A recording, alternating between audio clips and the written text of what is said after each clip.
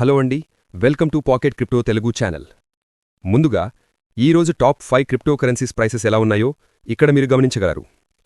Past 24 అవర్స్లో BNBని మినహాయిస్తా మిగిలిన coins నష్టాల్లో ట్రేడ్ అవుతున్నాయి. అలాగే పాస్ట్ 24 అవర్స్లో BTC ETFకు రికార్డు స్థాయిలో $240 మిలియన్ ఇన్ఫ్లోస్ వచ్చాయి, మరియు ఇథీరియం ETFకు 12.5 మిలియన్ ఇన్ఫ్లోస్ వచ్చాయి.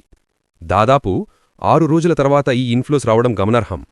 అయితే ఇదే సమయంలో సొలానా ETF కూడా 14.8 మిలియన్ ఇన్ఫ్లోస్ను రాబట్టింది. ఇక ఈరోజున్న ముఖ్యమైన వార్తలకెళితే, ఇటీవల కర్ణాటక రాష్ట్ర ప్రభుత్వం కొత్త స్టార్టప్ పాలసీ 2025-2030ని రూపాయలు 518 కోట్లతో ప్రవేశపెట్టింది. కర్ణాటక కేబినెట్ ఆమోదించిన ఈ పాలసీ డీప్ టెక్ ఆవిష్కరణలను ప్రోత్సహించడానికి మరియు బెంగళూరు వెలుపల స్టార్టప్ హబ్బులను అభివృద్ధి చేయడానికి మద్దతును అందిస్తుంది. వచ్చే 5 సంవత్సరాలలో 25,000 కొత్త స్టార్టప్లకు మద్దతు ఇవ్వడం, AI, బ్లాక్చైన్, క్వాంటమ్ కంప్యూటింగ్ మరియు సెమీకండక్టర్ డిజైన్ వంటి అభివృద్ధి చెందుతున్న రంగాలపై ప్రత్యేక దృష్టి పెట్టడం ఈ పాలసీ ఉద్దేశం. కనీసం 10,000 స్టార్టప్లైన బెంగళూరు కాకుండా ఇతర ముఖ్య పట్టణాలైన మైసూర్, మంగళూర్ మరియు హుబ్బళ్లి ధార్వాడ్ నగరాల్లో నెలకొల్పాలని చూస్తున్నారు. ఈ పాలసీ నిధులు, గ్రాంట్లు, ఇంక్యుబేషన్, మౌలిక సదుపాయాలు, మార్గదర్శకత్వం, నైపుణ్య అభివృద్ధి మరియు మార్కెట్ యాక్సెస్ వంటి 7 వ్యూహాత్మక స్తంభాల ద్వారా మద్దతునందిస్తుంది.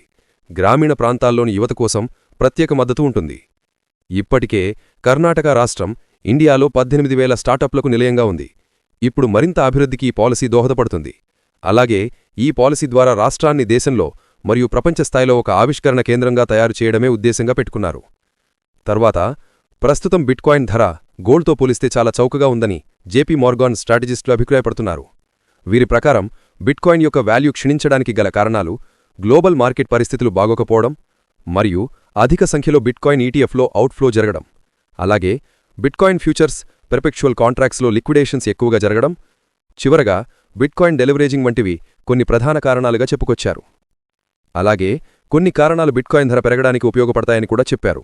అవేంటంటే బిట్కాయిన్ సప్లై పరిమితంగా ఉండడం మరియు ప్రస్తుతం గోల్డ్ విలువ $13 ట్రిలియన్ కాగా డిజిటల్ గోల్డ్గా పిలువబడే బిట్కాయిన్ విలువ మాత్రం $2 ట్రిలియన్ కంటే తక్కువ అని, అలాగే పెద్ద పెద్ద బ్యాంక్స్ నుంచి కార్పొరేట్ కంపెనీలు మరియు ప్రభుత్వాలు బిట్కాయిన్ను తమ సెక్యూరిటీస్ మరియు ట్రెజరీస్లో జతచేయాలనుకుంటున్నారు అని, మరియు సాధారణ ఇన్వెస్టర్స్ నుంచి పెద్ద ఇన్వెస్టర్స్ వరకు బిట్కాయిన్ కొనడానికి ఉత్సాహం చూపిస్తున్నారు అని, వీటి వల్ల రాబోయే రోజుల్లో బిట్కాయిన్ ధర యొక్క వాలటిలిటీ కూడా తగ్గుతుందని వీరు అభిప్రాయపడ్డారు.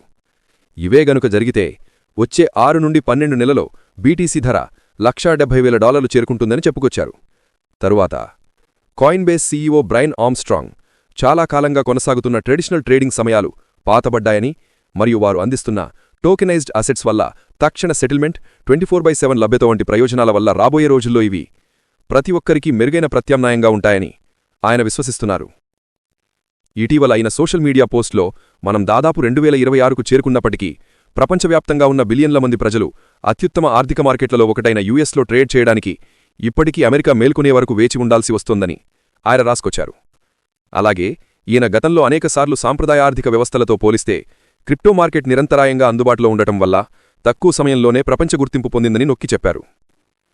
దీనికి తోడు ఆయన అభిప్రాయాలకు మద్దతుగా కాయిన్బేస్ ఇటీవల పలు చర్యలు చేపట్టింది.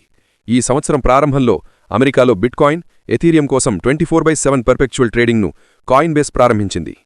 కేవలం క్రిప్టోనే కాకుండా స్టాక్స్, ఇతర ఆస్తులను కూడా టోకెనైజేషన్ ద్వారా ట్రేడ్ చేయేందుకు ఒక ఎవ్రీథింగ్ ఎక్స్చేంజ్ను నిర్మించడం గురించి ఆర్మ్స్ట్రాంగ్ మాట్లాడారు. ఇది అమెరికా ఆస్తులను ప్రపంచవ్యాప్తంగా ఉన్న ప్రజలకు ఫ్రాక్షనల్ షేర్లను మరియు నిరంతరాయ ట్రేడింగ్ సౌలభ్యాన్ని అందిస్తుంది. తరువాత ఇటీవల గూగుల్ ఫైనాన్స్ తన సెర్చ్ రిజల్ట్స్లో పాలీ మార్కెట్ మరియు కాల్షీ అనే ప్రిడిక్షన్ మార్కెట్స్ డేటాను జతచేస్తున్నామని చెప్పింది. మొదటగా పాలీ మార్కెట్ మరియు కాల్షీ అంటే ఏంటంటే, ఇవి 2 ప్రిడిక్షన్ మార్కెట్ ప్లాట్ఫామ్స్. వీటి ద్వారా రాబోయే రోజుల్లో ఏదైనా ఒక ఈవెంట్ జరుగుతుంటే ఆ ఈవెంట్కు సంబంధించి జనాల అభిప్రాయం ఎలా ఉందో తెలుసుకోవచ్చు. ఉదాహరణకు వచ్చే 2026 T20 వరల్డ్ కప్లో ఇండియా గెలుపు అవకాశాలపై జనాల అభిప్రాయం ఏంటి వంటివన్నమాట. వీటి మధ్య తేడా ఏంటంటే, పాలీ మార్కెట్ అనేది కేవలం క్రిప్టో ఆధారిత మరియు US లాస్కి బయట ఫ్రీగా పనిచేసే ఒక ప్రైవేట్ ఎంటిటీ. మరోవైపు కాల్షీ అనేది US గవర్నమెంట్ రెగ్యులేటర్ అయిన CFTC ద్వారా అంగీకరించబడిన ఒక లెజిటిమేట్ ప్లాట్ఫామ్. కాకపోతే ఈ 2 చోట్ల యూజర్స్ తమ డబ్బును లేదా క్రిప్టోని ఇన్వెస్ట్ చేసి ఎస్ మరియు నో కాంట్రాక్ట్స్ మాత్రమే తీసుకొని ఒక ఈవెంట్పై తమ అభిప్రాయాన్ని బై ఆర్ సెల్ చేయగలరు. వీటి వల్ల యూజెస్ ఏంటంటే, మన దేశం GDP ఎంత పెరుగుతుందా, అని ఒక కంపెనీ యొక్క వార్షికాదాయం ఎంత పెరగచ్చు అనే విషయాలను ట్రేడర్స్ మరియు ఎక్స్పర్ట్స్ ఎలా ఊహిస్తున్నారు అని. మరియు గూగుల్ వంటి ఒక పెద్ద కంపెనీ ఈ సౌలభ్యం తేవడం వల్ల కొన్ని లక్షల మందికి ఇది సులభంగా అందుబాటులో ఉంటుంది.